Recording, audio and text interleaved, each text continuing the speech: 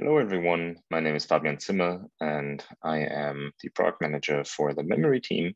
I'll walk you through our plans for GitLab's next release, 14.2. So the first thing to note is that it's summertime, and a couple of our team members are on PTO this release. So we have a slightly reduced capacity for this milestone.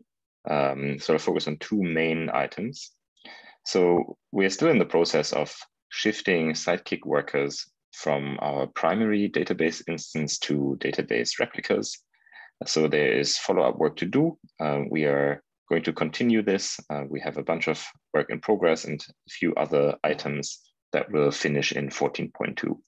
This is to improve the overall scalability of our primary database by moving some of the queries over to replicas where that is possible. The second item that we started in 14.1 that we will continue in 14.2 is to update Ruby to version 3.0. So this has a bunch of performance implications and overall improvements to the Ruby language. You can read about the release here.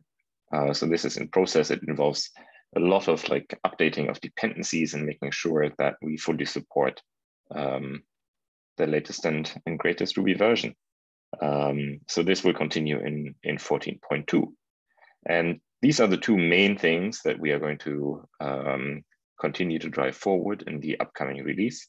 There are two more items that we would like to investigate a little bit further, but that we may not get to given our capacity constraints. So the first one has to do with configurations of the Puma per worker memory allocation. And so this is about our web server. And so there are some concerns regarding the memory limits that we set, and we will investigate this a little bit further. Now, lastly, you heard me talk about this before. We've made a proposal to only load code that is actually needed and when it is needed, and this will reduce the overall footprint of the application pretty dramatically. So we've created a POC, and we need to create a proposal on how to actually iterate on this and start implementing this to realize those benefits. And then lastly, this is quite interesting. This is a longer term project that we may be working on.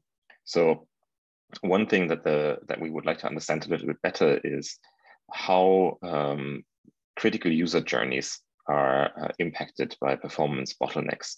So rather than focusing only on sort of holistic improvements of performance, we would like to measure specifically if some critical user journeys that are sometimes yet to be defined, for example, let's say a merge request review, if there are sort of rate limiting steps in that process. So an example could be you open a merge request, you want to review it, you open the diff, and the diff is actually very slow to load. And this could be a driver for user dissatisfaction, whereas maybe writing a comment is perfectly fine. So we want that level of granularity, and this is something that we try to understand a little bit better.